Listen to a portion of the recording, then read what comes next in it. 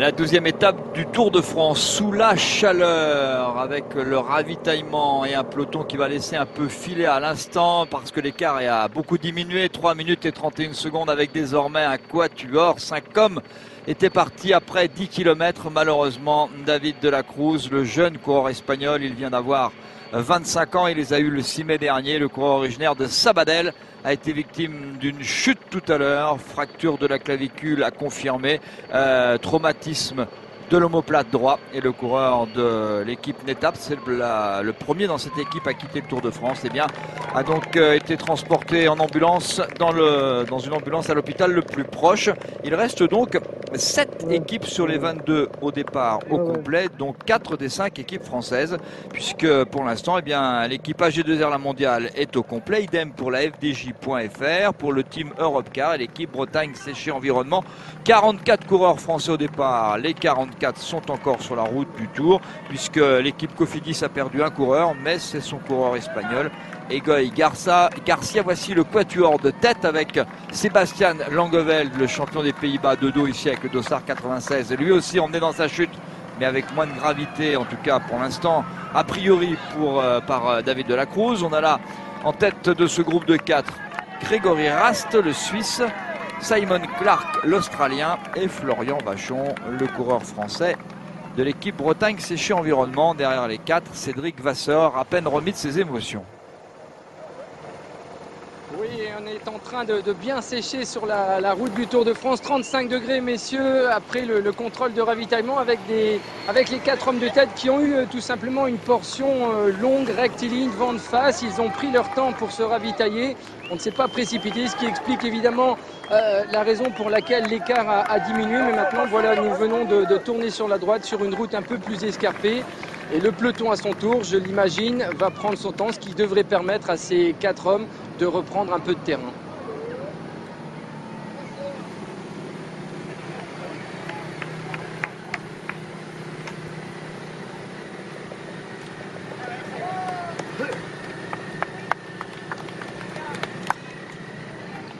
Il reste 177 coureurs sur la route du Tour de France. Je vous rappelle qu'ils étaient 198 au départ de Leeds, grand départ en Grande-Bretagne, grand départ dans le Yorkshire.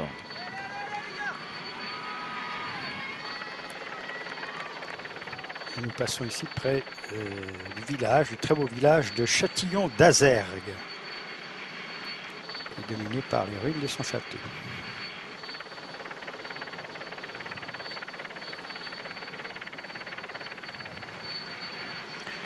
Voici ce château de Châtillon d'Azergues du XIIe, XIIIe siècle, qui est classé monument historique depuis 1937 d'ailleurs.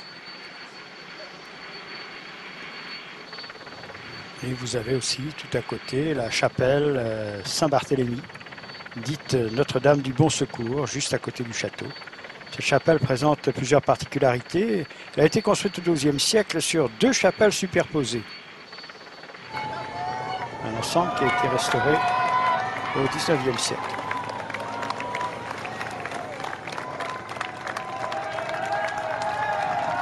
Chengji n'aura pas l'occasion de visiter, pas de cette façon. Il n'aura pas l'occasion de visiter tous les châteaux qui sont au programme de cette 12e étape du Tour de France. Écrasé par la chaleur. Ça peut expliquer que certains aient beaucoup de bidons sur le vélo, d'autres sous le maillot. On ira souvent à hauteur des directeurs sportifs. Un gros plan ici à l'arrière du peloton avec Matthew Bouchy, le coureur américain. On revient sur la tête de course avec ici Sébastien Langeveld, le coureur néerlandais dans l'équipe Garmin, tombé tout à l'heure et qui a donc perdu hier soir son leader, Andrew Talansky. Vous vous souvenez de ces images? Coureur tombé sur les pavés, sans trop de gravité, hein, cette chute sur Walers-Arambert. Il y a eu en revanche cette chute à Nancy dans le sprint final au moment de la victoire de Matteo Trentin. La colère du dernier vainqueur du Dauphiné, le jeune coureur américain qui désormais vit à Miami. Et puis il y avait eu cette chute aussi vers Gérardmer sous la pluie Première semaine difficile pour les coureurs, beaucoup de chutes qui laissent des traces. Et hier dans cette étape, sous le soleil, première étape sous la chaleur vers Oyonnax, grand moment de solitude. Alors oui, il souffrait, mais surtout à un moment, eh bien, sa tête a dit non. Il souffre de la hanche, position différente sur le vélo, d'où ces moments arrêtés, en train de se masser le bas du dos. Longue discussion avec Rob Hunter, l'ancien sprinter sud-africain, deuxième directeur sportif d'Andrew Talansky. On pleure un moment sur le vélo. On ne donnait pas cher de sa peau, un parce qu'il n'avait pas le moral, deux parce qu'il fallait rentrer dans les délais. Mais le coup de pédale est revenu. C'est un garçon de talent, il s'est battu jusqu'au bout. Il est allé chercher des réserves au fond de lui-même pour finalement terminer largement, 5 minutes par rapport au délai qui était de 37 minutes 13 par rapport au vainqueur Tony Galopin. On rappelle la deuxième victoire française à Oyonnax, mais la douleur était trop importante et hier soir en descendant du bus, il a fini par avouer qu'il allait renoncer. Le cœur brisé, a-t-il dit, Nicolas G.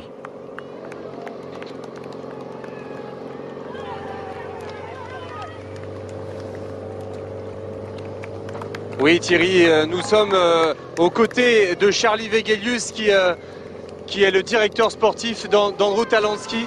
Charlie, hier ça a été évidemment une journée très dure pour vous, très éprouvante pour Andrew Talansky qui a été au bout de lui-même, au bout de son courage. Oui, ça a été une journée très difficile pour lui. Mais je pense que dans le futur, cette expérience va lui rendre beaucoup de choses positives pour la suite de sa carrière.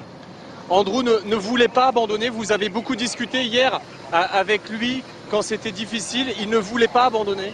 Non, ça fait partie de son caractère de gagnant et de champion qu'il ne voulait pas s'en rendre, mais je pense que le fait qu'il soit venu à l'arrivée, comment il l'a fait, c'est un truc vraiment très positif. Et finalement, il est allé au bout, mais on l'a vu hier en larmes. Il a beaucoup pleuré sur le vélo. Et hier, c'était très émouvant de le voir comme ça. Est-ce que vous aussi, vous a touché et vous avez été impressionné par cette force de caractère? Oui, ça ne nous surprend pas, mais vous savez, tout le monde dans l'équipe est très proche aux coureurs.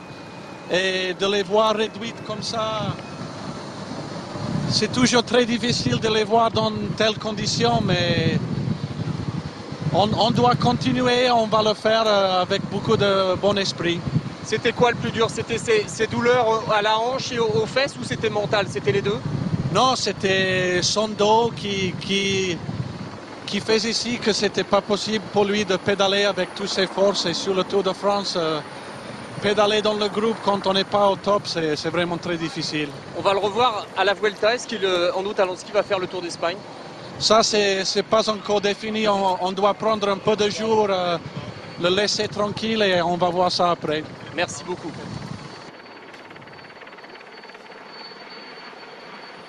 On rappelle qu'Andrew Talansky venait de gagner en juin dernier le Critérium du Dauphiné à la barbe.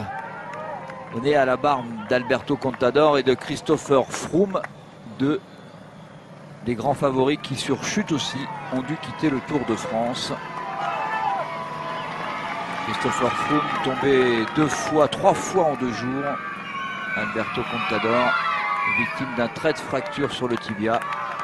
Les deux grands favoris du Tour de France de retour à la maison qui eux aussi réfléchissent. Alors Christopher Froome c'est presque sûr, Alberto Contador doit encore réfléchir. Réfléchissent à prendre le départ du Tour d'Espagne, la Vuelta, départ programmé le 23 août prochain.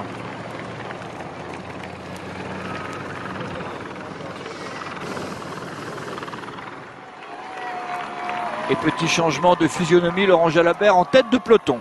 Et oui, après les Giant Shimano pour John Degenkolb, bien cette fois c'est l'équipe Europcar qui vient à son tour prêter main forte à Cheng Ji, le coureur chinois qui quand même a fait un numéro parce qu'il maintient pratiquement lui tout seul l'écart sur les 4 hommes qui se relaient devant. Donc il fait mieux que participer au Tour de France, le jeune chinois. Il est plutôt performant même quand il doit faire son travail en tête de peloton. Pour l'équipe Europcar, c'est Johan Gen qui emmène le peloton maintenant et on fait confiance bien sûr à Brian Cocard. Brian Cocard hier n'a pas pu être dans le peloton de Lincoln pour disputer le sprint, mais il est arrivé juste derrière à 1 minute 36, il lui a pas manqué grand chose pour basculer. Petit peut-être petit problème de placement. Mais aujourd'hui, c'est un petit peu moins dur. On l'a évoqué en début de retransmission, en début d'étape, et peut-être que son équipe, qui justement se met à travailler en tête de peloton, veut le mettre en confiance et lui permettre de disputer à nouveau un sprint pour la gagne. C'est sympa quand il fait beau. Hein.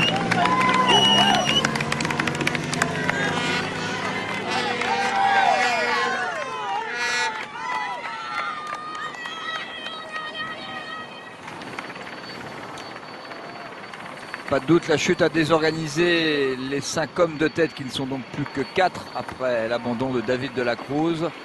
Cela a un peu désorganisé l'échappée et surtout on roule un grand train derrière en tête de peloton. Regardez le peloton désormais en file indienne emmené par le coureur originaire de Pointe-à-Pitre, Johan Gene, dont on sait qu'il aime la chaleur parce qu'il est originaire de Pointe-à-Pitre, mais pas seulement. On l'avait vu, on l'a souvent vu à son avantage, notamment sur les routes du Tour du Gabon.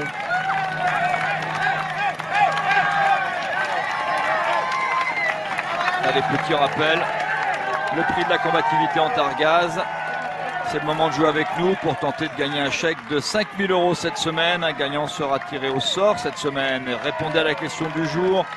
Hier, qui a signé la 2e victoire française? Et quelle victoire sur ce Tour de France à Oyonnax? 1, Tony Galopin, 2, Romain Bardet. Pour jouer, vous envoyez votre réponse 1 ou 2 au 7 30 03. Ça, c'est par SMS. Et par téléphone, vous faites le 36 32. Vous avez 5 minutes pour jouer. 5 rendez-vous par étape du Tour. Bonne chance à tous.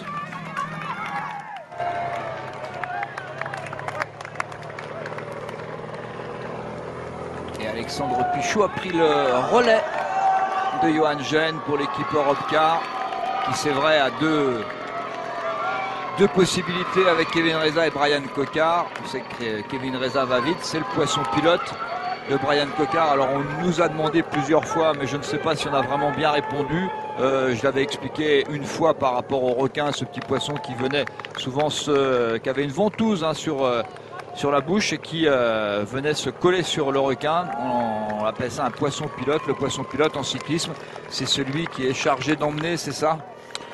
Oui, c'est imagé en fait. Effectivement, il y a des poissons qui accompagnent les requins. Et bien là, c'est un petit peu la même chose. Hein. Les requins du sprint sont accompagnés par des coureurs en qui bien, ils ont confiance. Ils se calent dans la roue et partout où passe le poisson pilote, bien derrière, les requins du sprint suivent. Voilà, donc en gros, c'est l'homme de confiance du dernier relais, du sprinter qui l'amène, qui sait le positionner dans le peloton et jusqu'au moment où il doit lancer son sprint.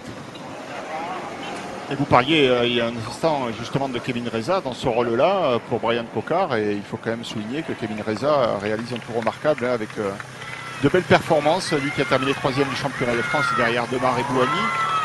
Ça démontre qu'il a une belle pointe de vitesse. Régulièrement, il est devant. D'ailleurs, il était encore devant hier, Kevin Reza, 10e de l'étape. Si Cocard cale, il y aura toujours cette opportunité pour l'équipe Europcar de pouvoir compter sur Kevin Reza qui prend de la hauteur avec ce qu'il réalise sur ce Tour de France. Moi, je trouve que c'est une... allez, le Tour révèle toujours des bons coureurs, et sur ce Tour de France, il se révèle. Premier Tour de France pour Brian Cocard. Petit format, hein, 1m69, 58 kg. C'est loin du 1m89 de Marcel Kittel ou du 1m85 et les 75 kg d'André Greppel pour les sprinteurs de référence dans ce peloton. C'est un homme qui a été, rappelons-le, formé à la piste. Médaille d'argent de l'Omnium sur les Jeux Olympiques.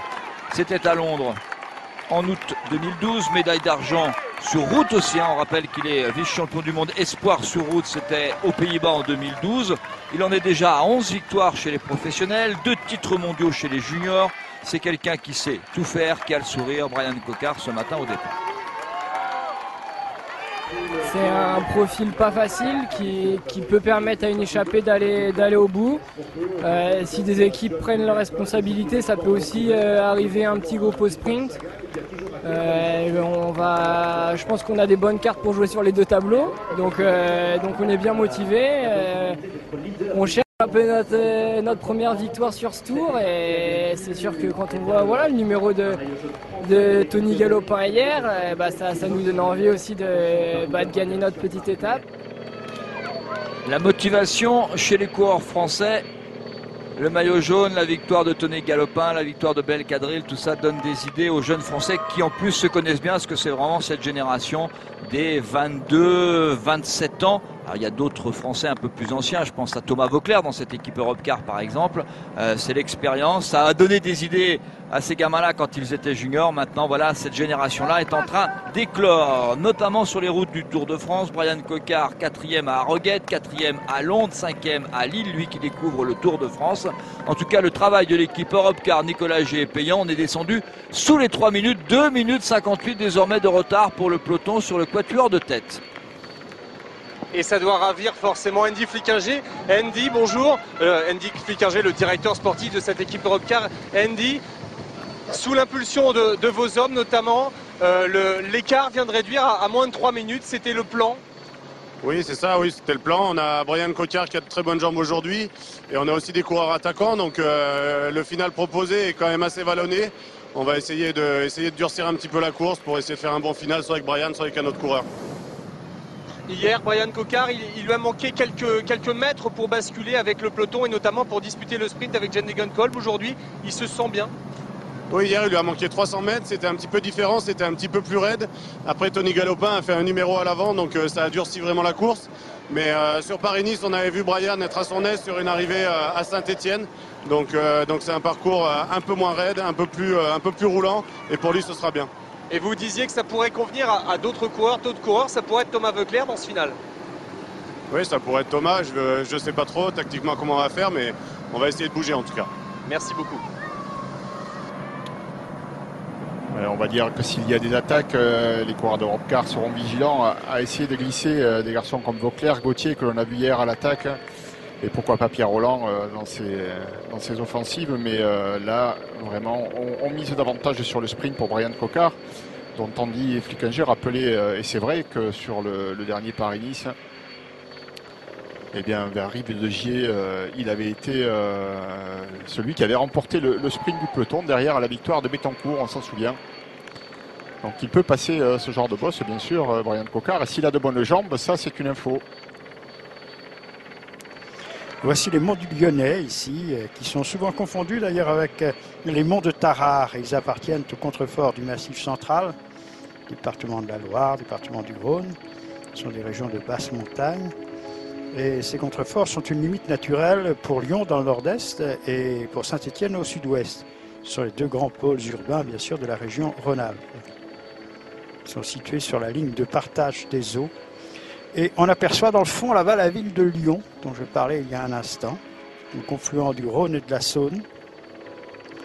Alors, on aperçoit le célèbre Crayon. Voilà, Notre-Dame de Fourvière. J'essaye de voir un peu la place Bellecour, ce sera un peu difficile. L'Opéra. Et le stade Gerland, nous ne l'avons pas vu non plus, mais c'était vraiment trop loin. Et le stade des Lumières est en construction. De la lumière, nous en avons aujourd'hui. Une question, c'est que vous pouvez poser vos questions sur hashtag France TV Sport. On ne peut pas toutes les faire, il y en a beaucoup. C'est Julien Broca qui en fait la sélection aujourd'hui, mais on n'a pas toujours le temps. Il se passe souvent beaucoup de choses sur la route du Tour de France, donc on est vigilant sur le direct. Une petite accalmie là, le temps que le peloton réduise encore l'écart. 2 minutes 41, 72 km de l'arrivée pour Langevel, Ras, Clark et Vachon, les 4 hommes de tête par leur nom. Est-ce que le Tour de France, nous demande Rémi Grégorien, c'est joli, est-ce que le Tour de France n'est pas un peu dangereux sous une canicule comme ça? Non. C'est des questions que oui, mais bon, j'essaie de trouver les questions les plus Ils ne sont pas en sucre, les coureurs, hein, ils sont capables de supporter la chaleur quand même. Non, c'est pas dangereux. C'est des garçons qui sont préparés pour ça, qui s'entraînent toute l'année, qui sont habitués à ces climats jour après jour. Voilà, quelles que soient les saisons, de toute façon, ils sont sur le vélo. Donc, on le sait, quand l'été approche, le tour arrive et sur le tour, il faut de la fraîcheur parce qu'il fait souvent très chaud. Et quand il fait chaud, on a parfois des difficultés à être performant. Mais dangereux, non. C'est pas les grosses chaleurs présentes sur la route du Tour qui peuvent porter souci à la santé des coureurs.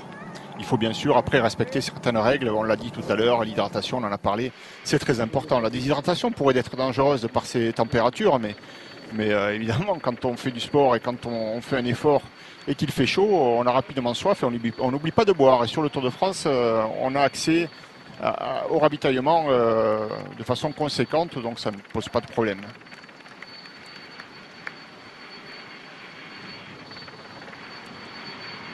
On comprend pourquoi, alors on est en descente, le peloton est dans une descente, mais on comprend pourquoi l'écart diminue. On a vu le peloton très étiré par les coureurs justement de l'équipe Europcar.